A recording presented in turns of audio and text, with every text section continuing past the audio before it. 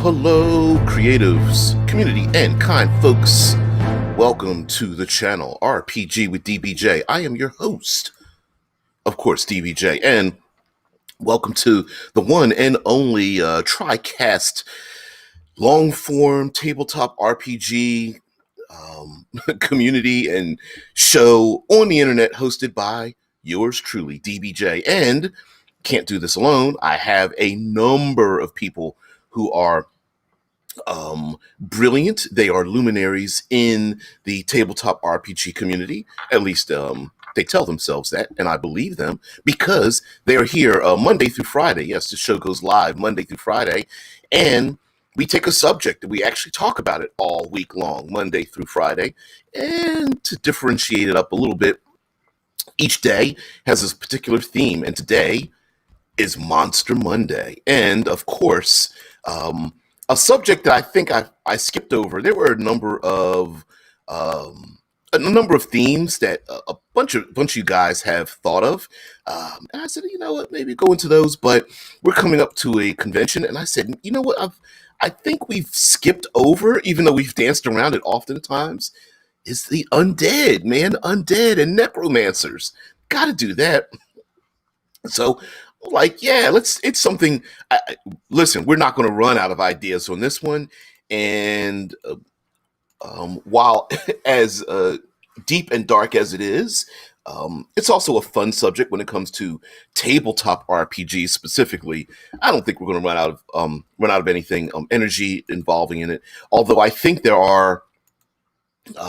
You guys know that I like the idea of backing the mind into a corner when it comes to originality and things. So I think part of this might be, the great part of this is the opposite of not having any ideas, but having too many because so many people have used it before.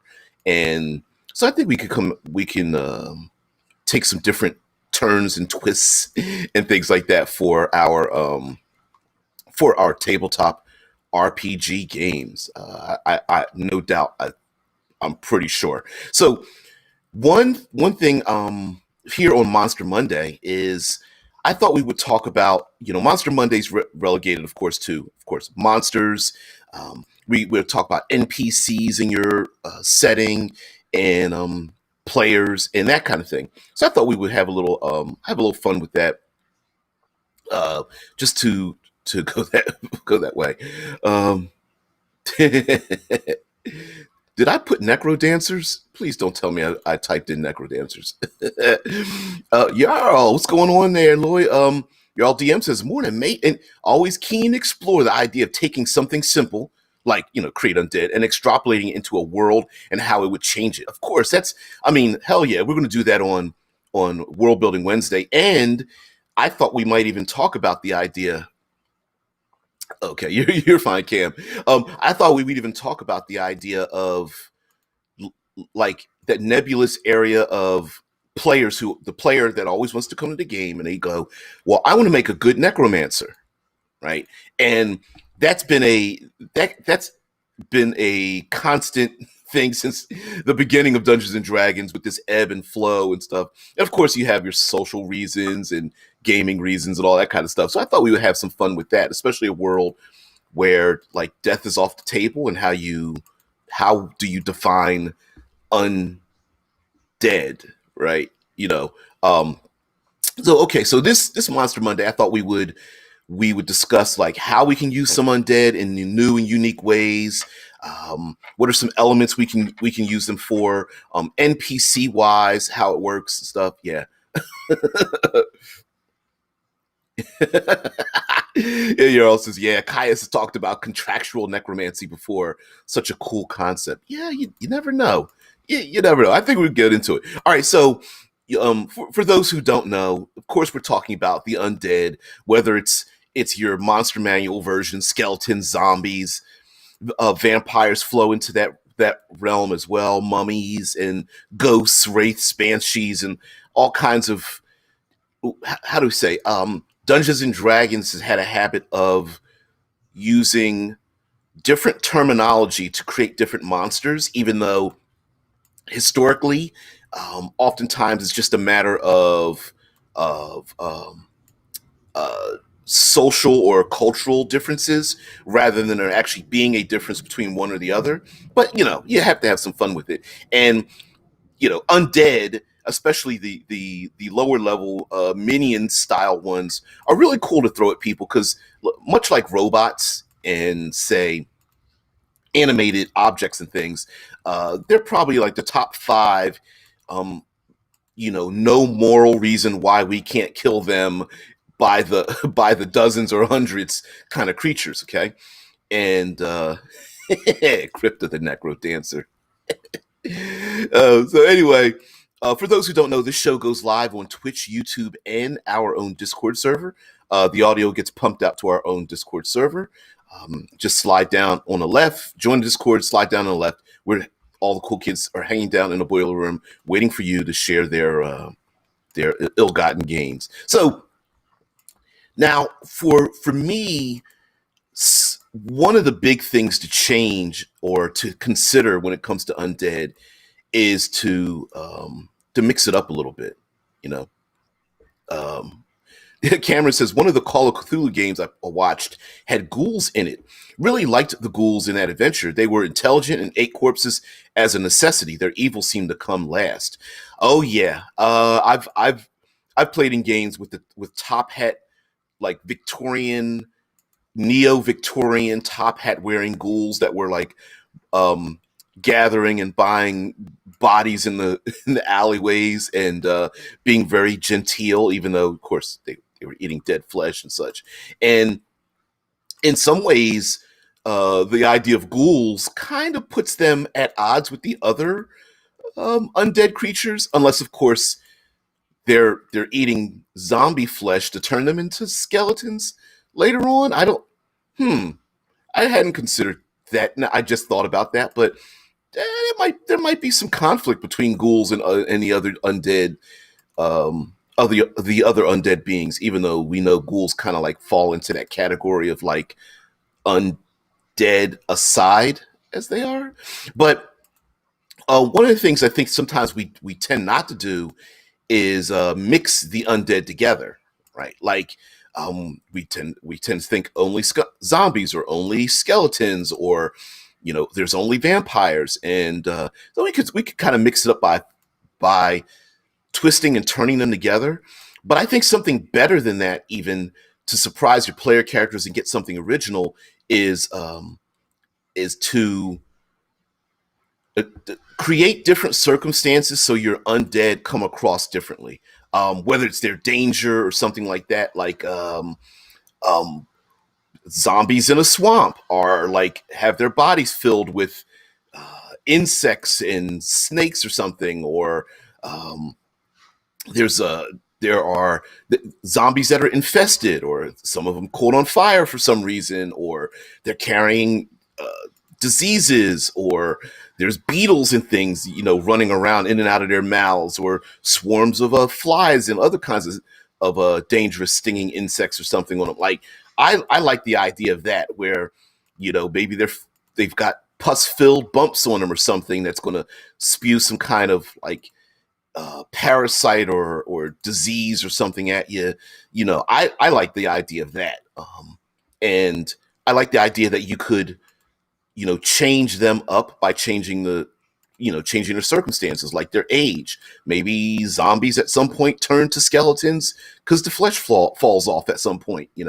Especially with the mindless type of versions of undead. But you could actually make them quite. Yeah, Charlie Squares says Sturgis in the zombies.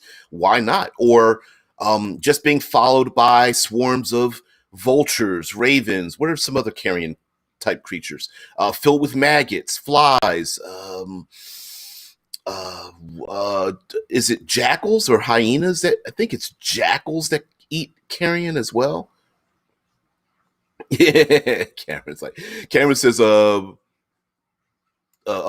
Jarl says, ghouls can be vampires with a bit of work.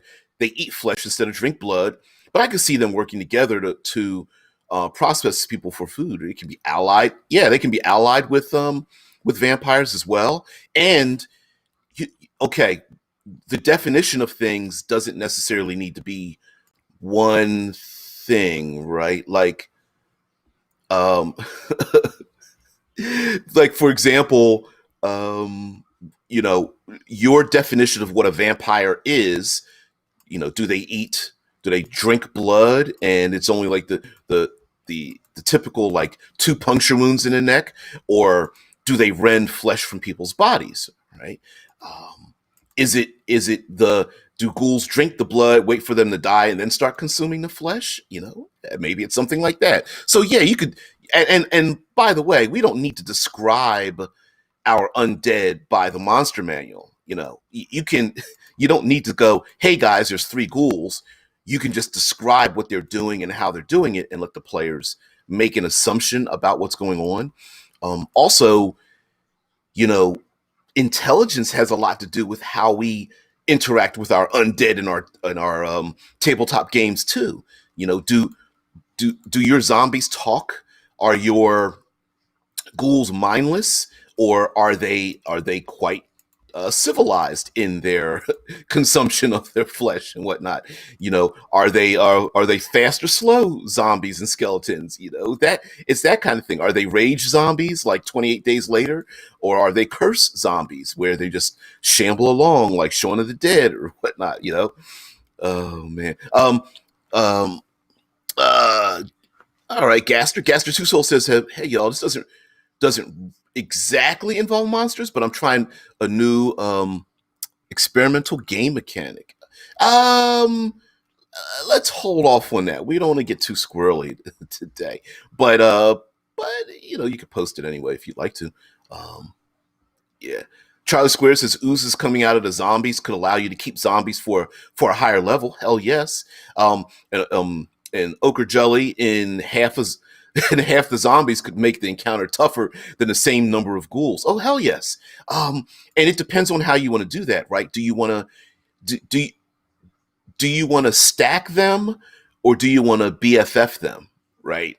Um, what I mean by that is, are those events happening at the same time? Like, oh, I hacked. Hey, PC, you did how much damage? Great, you hacked into the chest of the zombie, and that reveals the ooze. So, like the near death or death of the zombie causes the ooze to come out, or is the zombie vomiting the ooze out of its mouth? So it's kind of like a twofer, a two for one kind of thing going on. Both work, I think, but the answer to that is hell's yes, right? You split the zombie's stomach open, and all of a sudden, a swarm of beetles come out, right?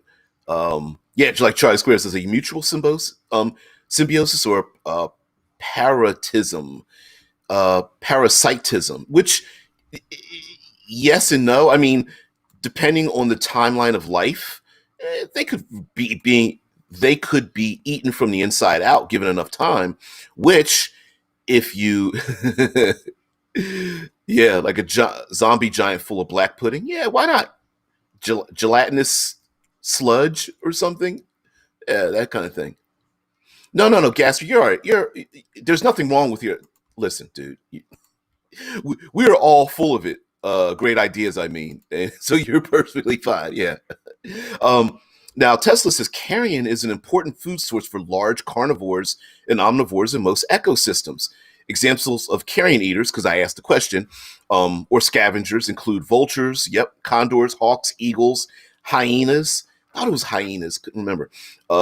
Virginia opossum, Tasmanian devils, ooh, coyotes, and Komodo dragons.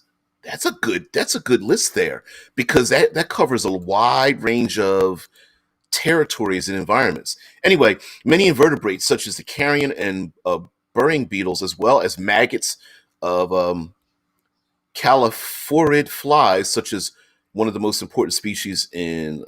Okay, we're going into Latin and stuff. There we go. Flesh flies. There we go. Also eat carrion, playing an important role in recycling nitrogen and carbon in animal remains. Very much so.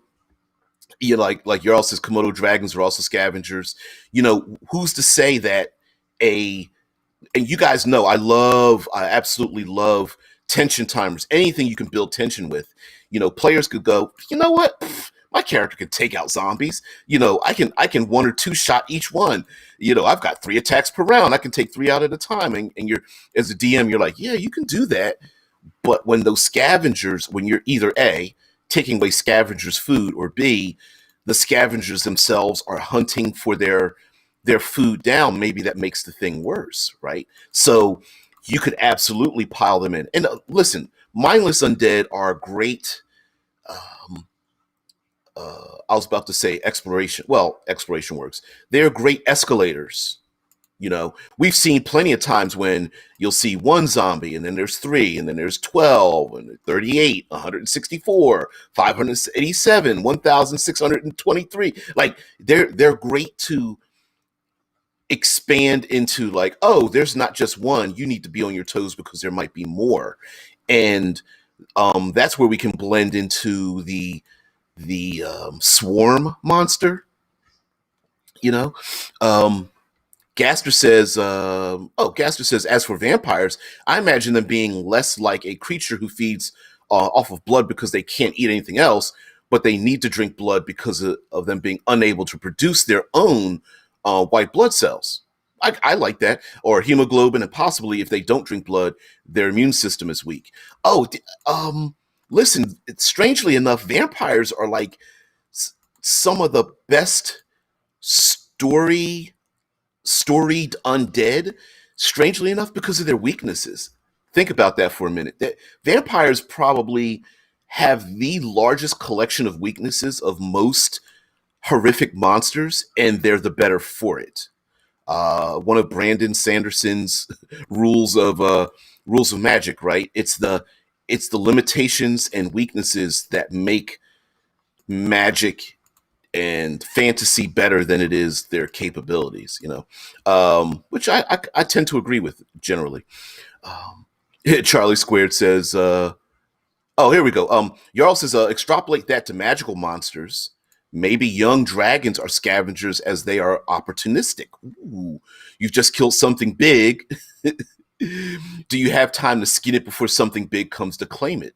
You know what? I've often wondered about, like, the aftermath of, like, hey, we just killed a bunch of giants and a dragon turtle and 28 goblins.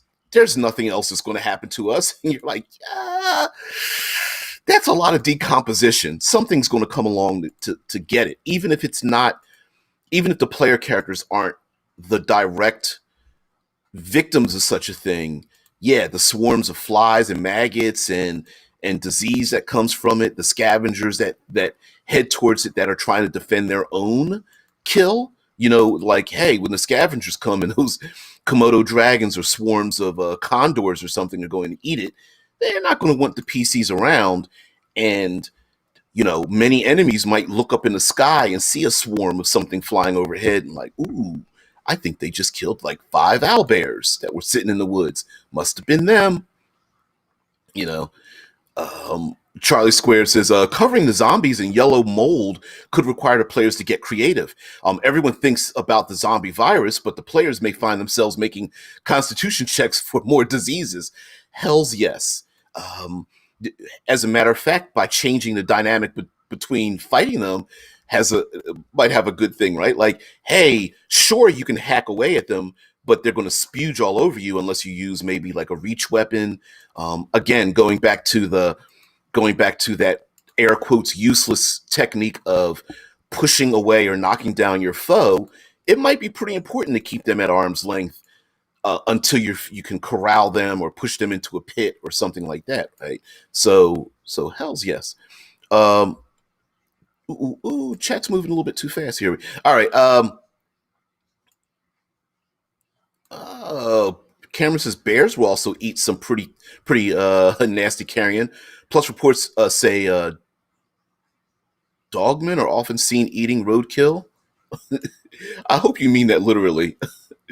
um, Augustin Rodriguez says the undead can hide anywhere for however long. They're also potentially relentless, if mindless, formidable foes. You know, a cool thing to do is to stack undead somewhere where the PCs think they're safe and they're not. Like, imagine they're in the Arctic cold, and they find a cave and they light a fire, and then the walls start to melt a little bit, and then the arm and a leg starts cracking out of the ice around them because they're melting the interior of the cave. Come to find out that all the undead are frozen in the cave, right?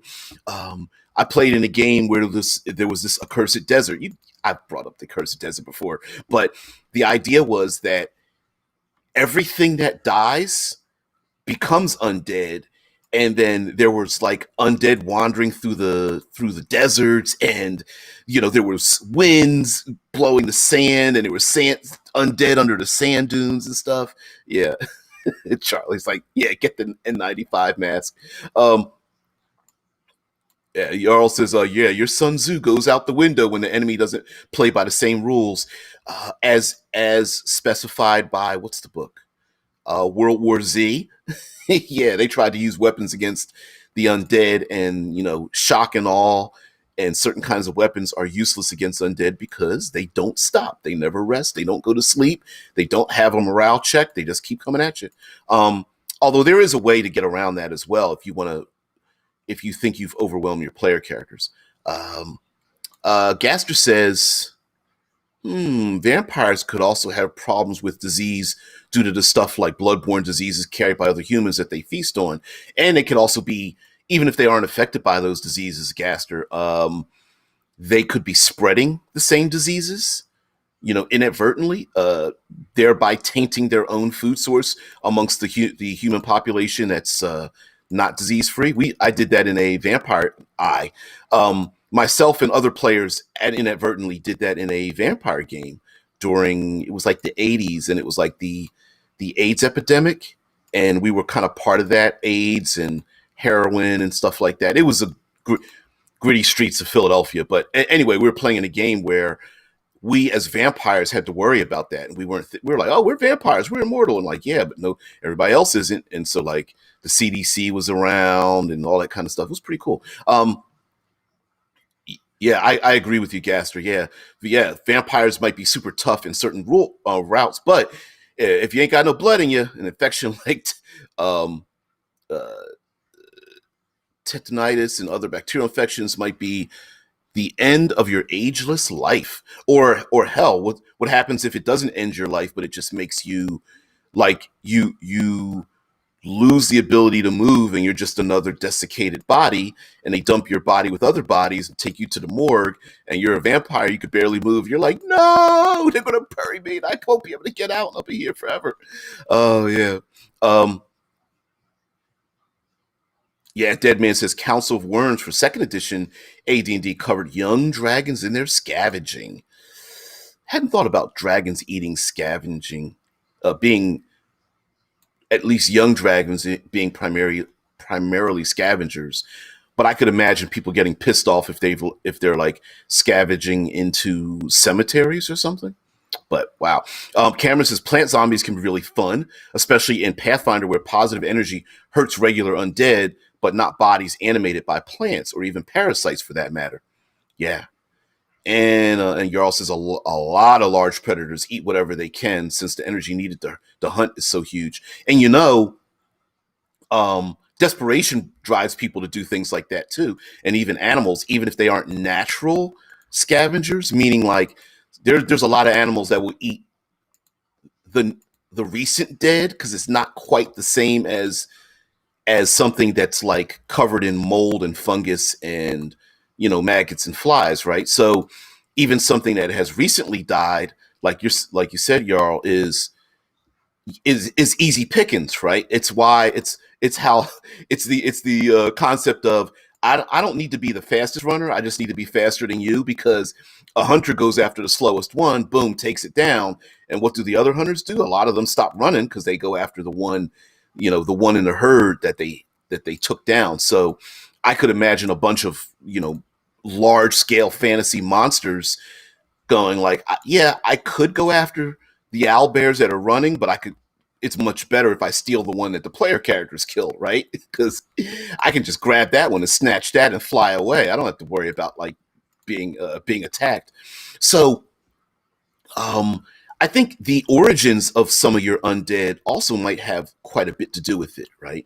Like, for example, you have the classic necromancer that creates the undead, and it could be that the necromancer can like see through the undead's eyes and hear what they hear, and even maybe even speak through their mouths, which might lend itself to being a different type of interaction with the player characters when the players are like, "Ooh, you mean every one of these zombies is sending messages back to the enemy? We have to. We might not want to confront them. We might want to like hide from them." Whereas another reason for the undead to exist could simply be um, not receiving death rights. Oftentimes we even think even till today we think of no matter how long someone has died, we have death rights where we want to send someone on, what is it, like homecoming and other descriptors. We want to send them on so that their soul doesn't rise again. And if that isn't done, maybe that's where undead comes from. It's not from a necromancer or something. It could be simply a cultural thing where, yeah, of course there's undead. And they come about because we didn't honor their death in the manner in which it would settle their soul. Yeah. Jarl says, "Yeah, I love the concept of speaking to the villain while the villain is actually miles away. Harbinger from Mass Effect does this really well. This is as a side note. Guys, steal that idea, right? Like, have your villain speak through your enemies, whether it's literal, like speaking through their mouths and eyes, or it could be like a it could be like a 3D overlay or something where the enemy is there in spirit, or it could be a almost as if it's a recorded message. Like you guys, how many dungeons have like a message on the front, like all ye who enter here will suffer, blah blah blah, right? I mean, there could be lots of things like that. As a matter of fact, there may even be a possibility of having your like a mirror image type of thing happening, or a um,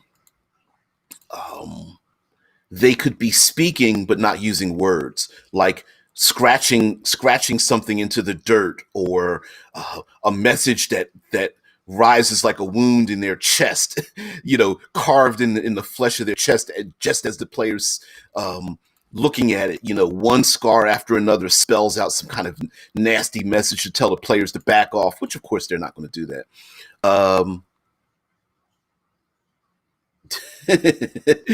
Gaster says, "But enough about the undead. Perhaps we move to things with an actual beating heart. What if we went to more extreme environments like the cold? We could see a variation of certain animals, mythic or not." Well, we're talking about the undead because that's our weekly.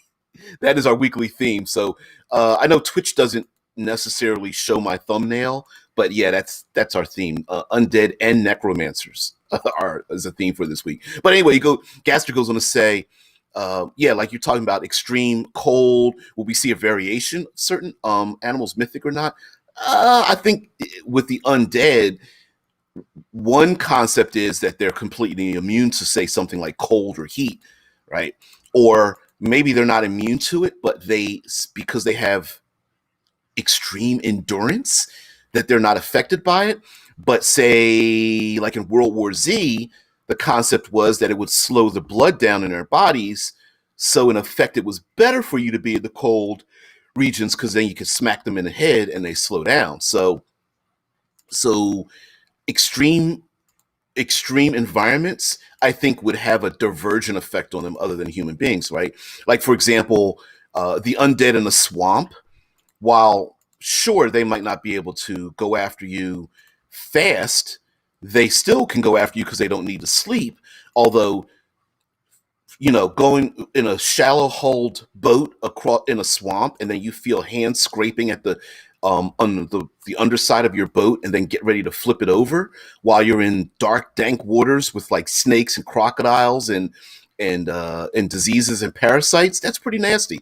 By the way, our new release from Cinematic Environments is Wetlands. Talks about that in there. True. Yeah, like your DM says, depending on how slow they move, extreme cold could freeze them in place indefinitely. Which brings up the point of, again, starting that fire in the cave, right? Um, or it could even be something strangely psychological. Like, what do the undead really want? Are they are they under the control of a necromancer, or are they trying to um, haphazardly reconnect with what they used to do? So if you light a fire in the cold, maybe that's what they're trying to get, is that heat inside of you, like that heat that drives you, that beating heart. They can smell it, and they want to scavenge that heat for themselves in some kind of strange manner or something. Mike Gould, what's going on there, man? Undead walking on the bottom of a lake or such means that even crossing water will not stop them. And you know me, we're going to talk about that third pillar Thursday, right? You know, it's not the 12 zombies or skeletons that you fight. It's getting knocked over in a boat in heavy armor, right? In a swamp, being tackled by things that don't need to breathe, getting pulled underwater. Now, you want horror for your player characters? That's where you get it from. But yeah, they mentioned that in World War Z, people were dumping the undead into the water and then realized, oops, not only do they get pulled by the flow of the water, but they'll actually come out of their lakes and rivers and streams and things like that over a period of time we might not, you know, understand. And of course, I'm sure their body would be covered in like barnacles and various crabs, like eating at their flesh. I'm not sure how many scavenger creatures would be, unless, you know what? Sharks are scavengers. I could see them going after undead as well, but yeah, you know, yeah, Gaster says, what if a certain undead creature, like a skeleton, breaks free from their necromancer's control and is now moving around like one of the skeletons during that sword fight from Jason and Argonauts? Ooh, Jason and Argonauts. Damn, you went back. Oh, man, I missed those shows. But, I mean, compared to today, horrible graphics and things, but for its time, man, it pulled me in that world. And yes, who's to say that your undead don't break away from the control of a necromancer? And what do they do? And there's the social implications of that too. We'll get into that later on in the week, but you know, I hear you out there bitching and moaning. I want to make my good necromancer. I don't know why anybody likes it. It's like, yeah, but most people don't want you having their grandmother walking around as your tool for adventuring, right? you know, that's there's a reason why people don't like necromancers. And if for no other reason, just people's uh don't want an association with dead bodies in the first place, let alone the psychological horror it is of seeing their loved ones walking around because they've already dealt with the grief, or maybe they haven't, so on and so forth. So yeah, you could claim to make a good necromancer, but doesn't mean people are going to like you. Um, Earl says, walking across a frozen lake and seeing hundreds of zombies milling about underneath the water, just waiting for a crack. Hell yeah. And you got to throw one in there. Even if there's no reason, some PC has to step on the ice and cause a crack because you got to do it, right? You have to. Michael goes on to say, consider a villain that's actually a ghost. His entire game is possessing one person after another to make a scheme work out. You never, ever know if the NPC you're talking to is actually them. And a side effect of being possessed could be that the body ages quickly, because we've seen that trope used before, thereby making undead from it. That could be a side effect as well. I think and listen, we often don't mix and match our like ghosts and banshees and wraiths and what is it, whites and what's the other one? Whites and wraiths. Is it wraiths and whites that are similar? Specters, all those kind of things. We often don't mix and match them, but what happens when you move from zombie to skeleton to powder? Do you become a ghost or something? I don't know. Gatsby's like, I also like the idea of having a skeleton friend walking around getting into shenanigans. Skeleton, hey bartender, give me a drink. Just drinks it all, spills out of his. Thanks.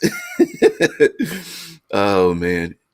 It Mike continues to says it means that trying to end the ghost might mean killing a loved NPC.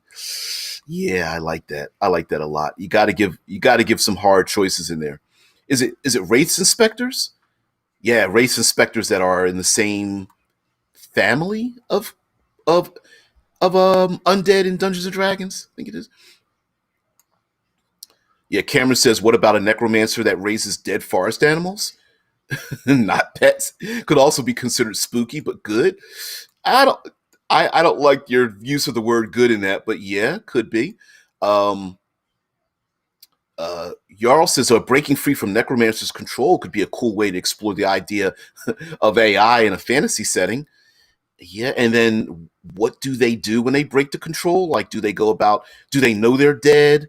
Do they are they um, memoryless, wandering around? Do they mimic aspects of their life that they've left behind and try to reconnect with their loved ones?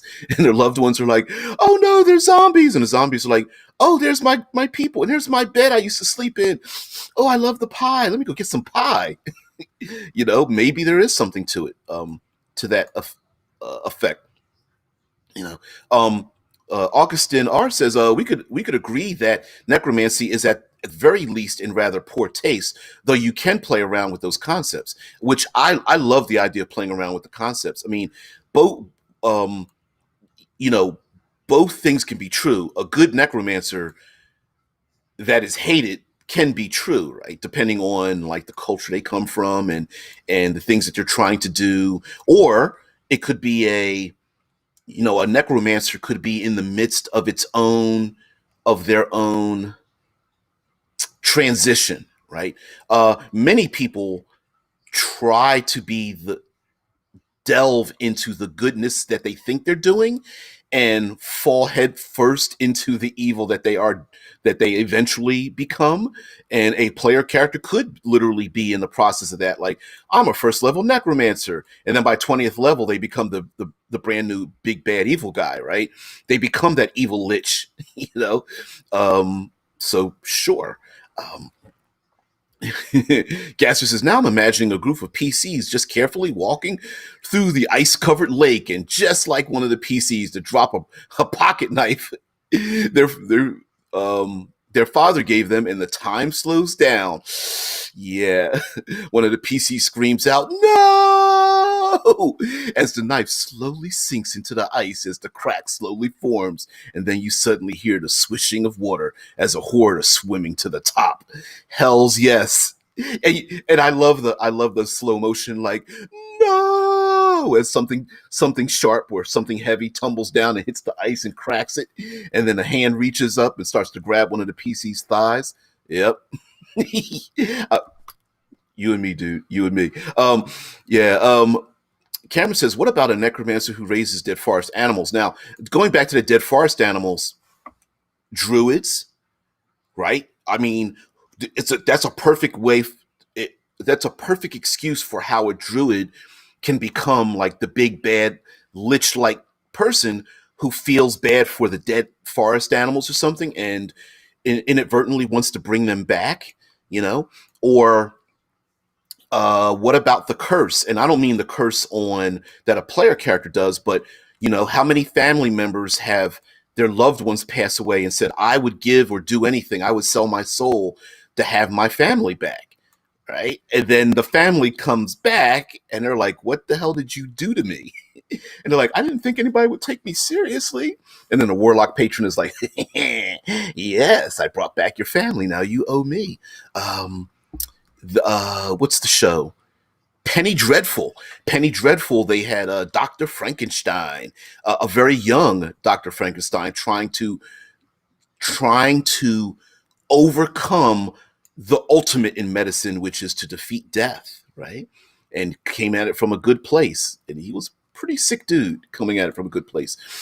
Mike says wraiths make specters and wights make zombies. It means that you must end the boss undead or you create a population problem. That's right. That's right. If you kill them, no, I'm sorry. If things that it slays rise again under its control. So you do have a population problem, and the idea of like you must kill the boss. Which, listen, you don't have to have the boss monster there with the other monsters. It might be investigative, kind of like tracing like it would be D&D CDC, right? Tracing the origins of this infestation of sorts, whether it's arcane or natural, back to its source. And we've seen that plenty of times. Like if you kill the master vampire, after killing the vampire spawn, if you kill the master, all the other ones die off. Now it doesn't need to be literally that way, but for every person a PC kills, if it then returns to haunt them, might push the PCs to want to find out where the boss monster is at in the first place, which brings up the concept of alternate or an alternate way to solve the problem.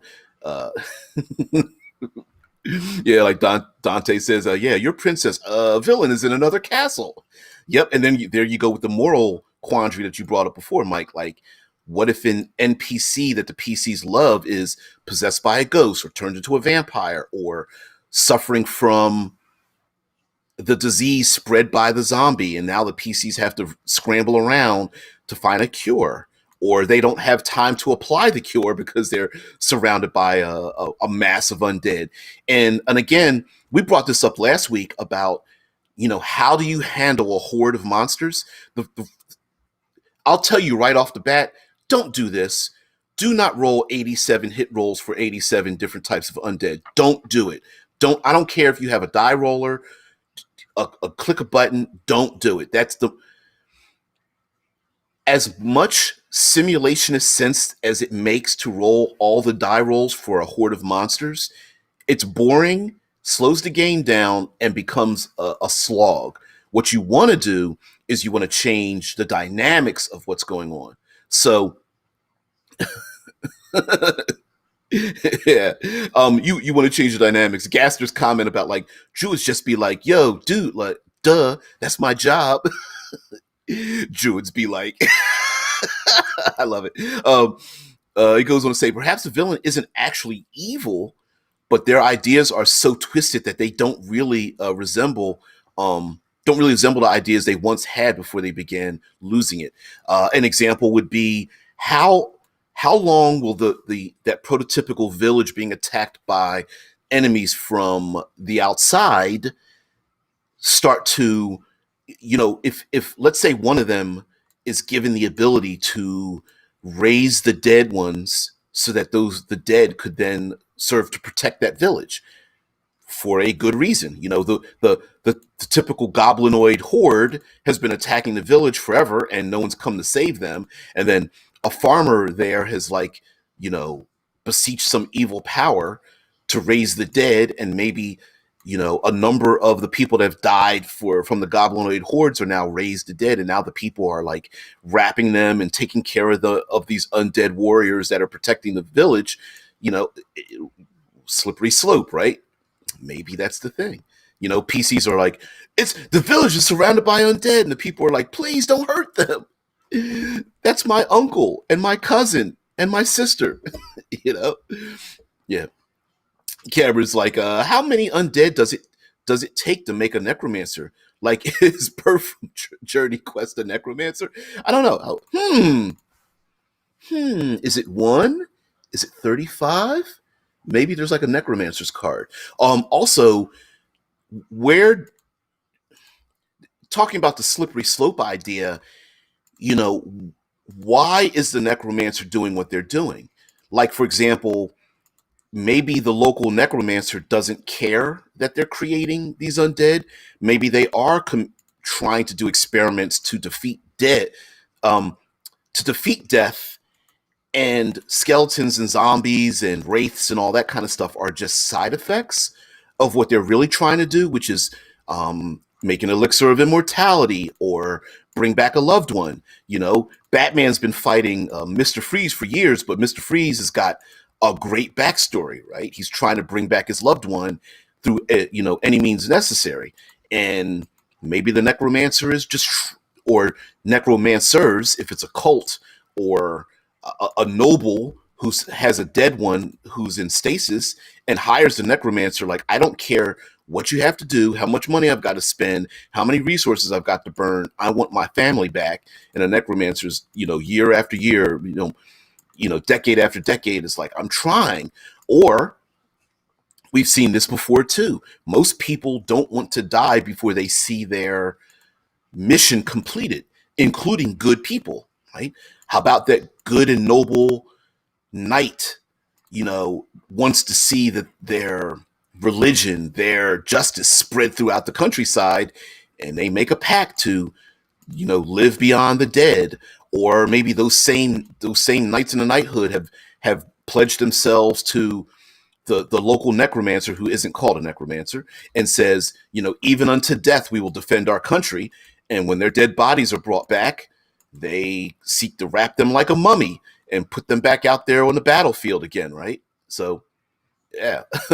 um, Mike Gould says, Mr. Freeze story is a long-used concept to justify a villainous or antagonist story for experimenting with the dead. Oh, yeah. And listen, we don't necessarily agree with the methods, but we love the idea of understanding why a villain would do a thing, right? We get it, right? It's why when Endgame came out and Black Panther came out, they had villains in them, Killmonger, Thanos, that are like, you know what, you're wrong, but I get it. Joker, the movie Joker came out, so yeah, why not? Yeah, nothing motivates like a broken heart, which, listen, how many times have we used that in our role-playing games? Maybe not too often. Love, desire, duty. Imagine the PCs get, they get through the hordes of undead, they get to the necromancer, and they see the necromancer like kneeling and crying before a big giant crystalline block of ice, as the necromancer's crying. It's like, please, just, not begging for their life, but begging to save the life of their loved one. That's pretty heart-wrenching. I mean, yeah, there's some murder hobos out there, but that's pretty heart-wrenching. Yeah. Gaster says, maybe that's the problem of being undead. Your body might seem perfectly fine, but your own mind is slowly rotting and corroding from the inside. Ooh, I hadn't thought about that. I mean, I thought about like having a perfectly good mind and your body's rotting, but yeah, your brain starting to lose it, I think is like, do maybe in your world, old vampires or undead move down the undead chart instead of moving up? So like vampires become wraiths or ghouls, and then they move down to like zombie, then they move down to skeleton. It could be it. I could see something. I like that idea as well. Because that, if you want to overwhelm low-level characters, what they might have to do is just survive long enough, like 28 days later and 28 weeks later. It might not be defeating the evil. It might be just surviving long enough for it to go away, right? Jarl says, in the Netflix show Kingdom, the king is kept in a zombie state long enough so that a new heir can be born, so the previous heir doesn't get to inherit. Oh, so the new heir doesn't get to inherit like the kingdom. He's technically alive, so the heir doesn't inherit yet, using undeath for politics. Ooh. Yeah. If the king, or however leadership model you're using, right? Maybe there's a council, maybe maybe kings come and go, but if the queen or the wife, or maybe bloodlines move through the female line, yeah, maybe if the mom or the queen or the princess is still alive, and someone has to get married to the princess who's like undead. Could you imagine that wedding? It's like, you may kiss the bride. Okay, someone stop her, because she's just like, Oh man, or how horrific it would be for like a beloved NPC has a dark secret because they have one of their loved ones chained in the basement as an undead because they know the PCs are going around killing the undead, and the NPC, while loyal to the player characters, also is like hiding this big secret. I like that idea too, man. Like just changing up who it is and what they are. The dynamic between like love and desire and family and that kind of thing. Mike says creating a lens into understanding or sympathizing with a villain makes for a complex villain. Yeah, losing touch with yourself and your humanity is a big part of Vampire the Masquerade, which I could see a necromancer and the undead both being like. Could you imagine the moment someone dies and they become that zombie? It's not the typical zombie with the flesh falling off, but their heartbeat just slowly stops, a little bit at a time, and they're in that transitional stage where the PCs are like, they're still the person we remember. Like, yeah, their body is dead, but their mind is still there. What do we do when their mind goes in like 3 weeks, right? Do we let them walk around? Do we put them down? People are looking at us like if we put them down today, they're looking at us like we're wrong for doing it. So what do we do? Do we lock them away? Locking them away is wrong too because they're going to start starving themselves. Yep. Um, Yeah, Mike Gould says I created a culture of Kenku based on ancient Egypt, where their appointed leader would be embalmed as a mummy lord. See, yep, it would be chosen from one of 7 council members, and yes, they could talk.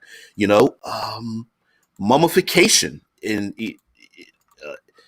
art. I'll say fantastical Egyptological culture, people volunteering to mummify someone, or the culture is like, no, they're going to the other world, we need to mummify them because they can't pass on without this, right? So why not? Maybe that's the next step in serving the community, right? The Council of Seven, one of the council members is old and ancient, and they're like, I feel my life ebbing away even as we speak, and they go, yeah, of course, time for you to get mummified. Yeah, they Mike Gould says they were referred to as the immortal.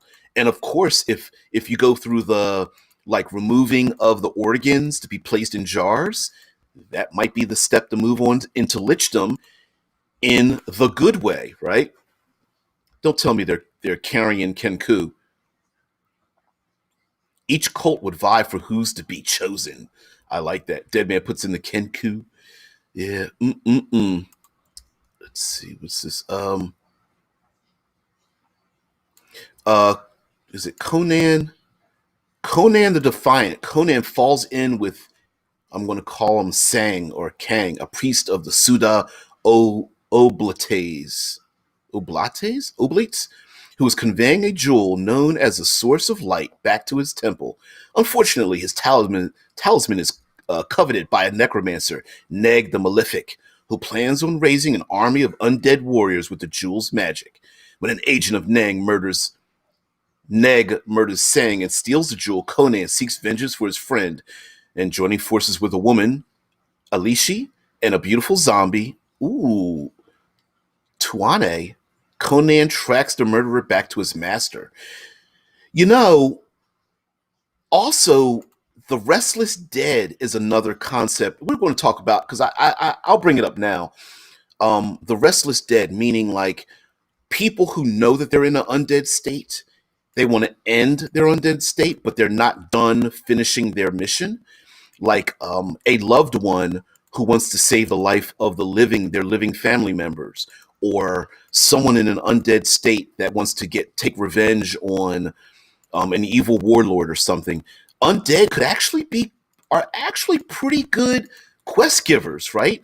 Because they can, an undead person or a ghost or something that visits a PC in their sleep, or the druid goes out into the woods and is spoken to within the circle by a dead spirit or something, and or the PCs uncover um, find a zombified person in the woods who died from a vicious attack, but is still walking and wants to see that not for themselves or to end the curse on themselves, which of course they could do that, but could very well be like, listen, I know where these people are at, and I'm not going to be able to pass on to see my family who's going on into the gates of heaven until this is ended, right?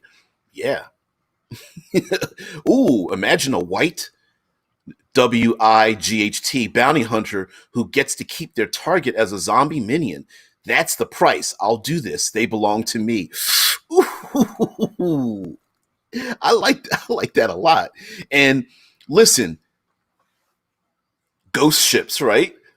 Pirate Captain White with a ship full of undead, maybe even having some ghosts floating around that same ship and some skeletons and zombies down in the hold, right?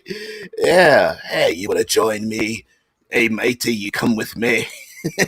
Yeah.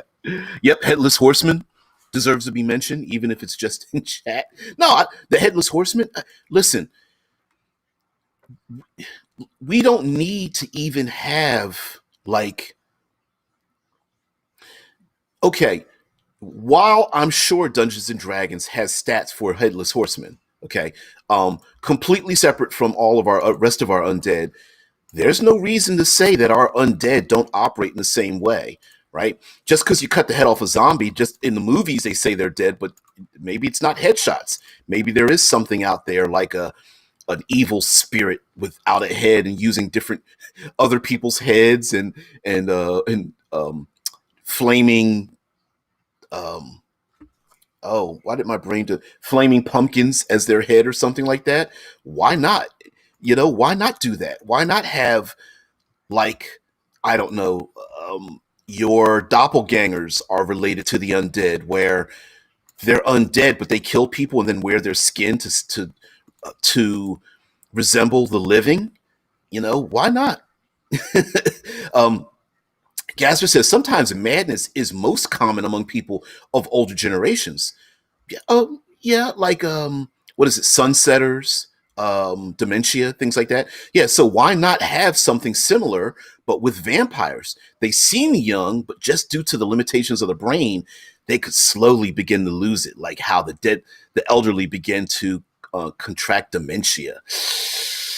Yeah, sundowners. It is. Yeah. Ooh, yeah, yeah. Even so, heck, a necromancer could be here's an idea.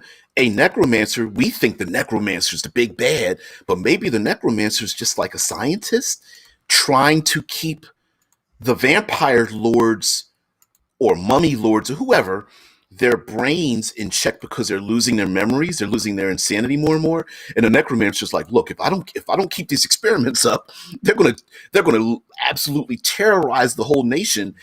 I'm just holding them back by a thread, so don't hate me, right? Don't get at me. I'm trying to keep them from going completely insane. That would be a real good twist where it's like, oh, we need to stop the necromancer. Necromancer's like, please, you don't understand.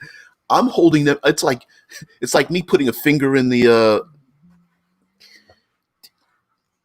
putting a finger in the dam. Ugh, I was going to go there and I decided not to. This isn't that show. Yeah. Oh, ooh. Mike Gould says, or the ship is actually the source of the undead curse. The longer you stay on it, the more undead you become. Eventually, you're just just a zombie crewman. Ooh, I like that. Or it takes your living heart, replacing it with something else, like a rotting potato. Actually, I like that. I like that a lot, man. Because you can make alcohol out of just about anything that's got some kind of sugars in it. And so imagine, like, they're drinking grog made out of, like, potatoes. I think it's vodka's made from potatoes, and they replace their heart with the potatoes. They put the potato in the yeast to make more grog. Yeah, I like that because it's nasty. Oh man, the horseman is a great white concept. Yeah. Ooh, yeah, because the headless horseman makes perfect sense to, like, steal your soul. Um, Michael says, and there's also great undead concepts from around the world. The Vargoyle, I think it's pronounced, from Volos is a Philippine concept, I think. Um, I like stacking undead. Look, before we get out of here, I love the idea of stacking undead, right? Like the for those who don't know, the Varg, I'm butchering the pronunciation. I think it's Vargoyle. Um Tesla's like the Great White Hunter. I know. I wasn't gonna go there, but we might as well, right? So could you so could you imagine like the head of the undead is a Vargoyle, so their head comes off. Maybe their body, maybe their skin is something else, like a a choker or a cloaker, and then their skeleton is a skeleton. Their internal organs, that's got to be something else, like pick an ooze, a really good ooze, like a black pudding or something, or maybe like an ochre jelly or something, and then the muscles could be a choker. Like you Barry White, come on. uh Could you imagine undead Barry White? You'll never find. Oh man, undead bard. Yeah, baby. Boom, boom, boom, boom, ba-da-da-dum. Oh yeah. There's nothing undead. Like once you go, let's see. Once you go dead, you'll never leave the bed. I don't know. It's so stupid. Oh man, Michael says I run a flaming skull carrying a cloak below it as a fake lich. I like that. I like that a lot. Um, Heck, you could make a council of undead based on a lot of those high and mid level undead creatures. Like you could like one's a lich, one's a white, one's a wraith, one's a specter, one's a ghost, one's like you could, not that you need to have one of each, but I'm saying you could have a confluence of them as a dark mimicry of the living nations. So there might even be like a status level amongst different ones. Like the ghoulish tribe is different than the skeletal warriors, which is different than, I don't know, the the Vargoyle Nation or something. That's pretty nasty. And you could even foreshadow it, like the PCs come into a town and everyone has like their necks are like nastily stitched and stapled together and held with like pins and like rods and things like that, and like needles and nails. Like, is everybody's neck cut in here? And all of a sudden, like their heads are like trying to rip out of their bodies, and they're like trying to hold onto their ears to keep their heads from ripping out of them. Cameron says, "Is there a kind of undead that steals emotions?" You know, changing what they desire to eat is a great way of changing. Ooh, Parliament of the Unbeating Heart. I'm liking that. I'm liking that a lot, right? I mean, make them very genteel, at least for the first couple of dozen years that they have, right? Like Gaster was bringing up. Gaster brought up the idea that their minds start to go. So the Parliament of the Unbeating Heart has to keep having new members to take care of the older members that are like stuck in like dungeons and like traps and things like that, because they want to bring them back because they're still members of their society. Um, Gaster says also to expand on a pirate idea, instead of a rotting potato, perhaps it's like a special barnacle or weird shell that they shove into their heart from the ship to make you become one with the ship. Yeah, that's nasty. I love it. I love it so much. Yeah, like a big conch or conch shell where your heart should be. The oldest the oldest of the ship begins to become literally a part of the ship as their own flesh begins to merge with the plank's wood. Ooh. So like the ship could be formed from like bones, and the sails are like flesh, but that's because they are literally part of the ship from the older crew. Wow. Wow. And kind of what Cameron brings up, like is there a kind of undead that feeds on emotion? I could see it more than just physical attacks. They could be attacks of sanity, attacks of like messing with your psychic potential and things like that. So, but anyway, guys, we've gone on a little bit too long. We're going to definitely talk about this all week long. I knew we wouldn't run out of ideas on this concept. So, yeah, guys, I want to thank you very, very much for being part of the show. I really appreciate it. This coming Sunday, I'll be part of Absolute Tabletop is hosting at Con Online.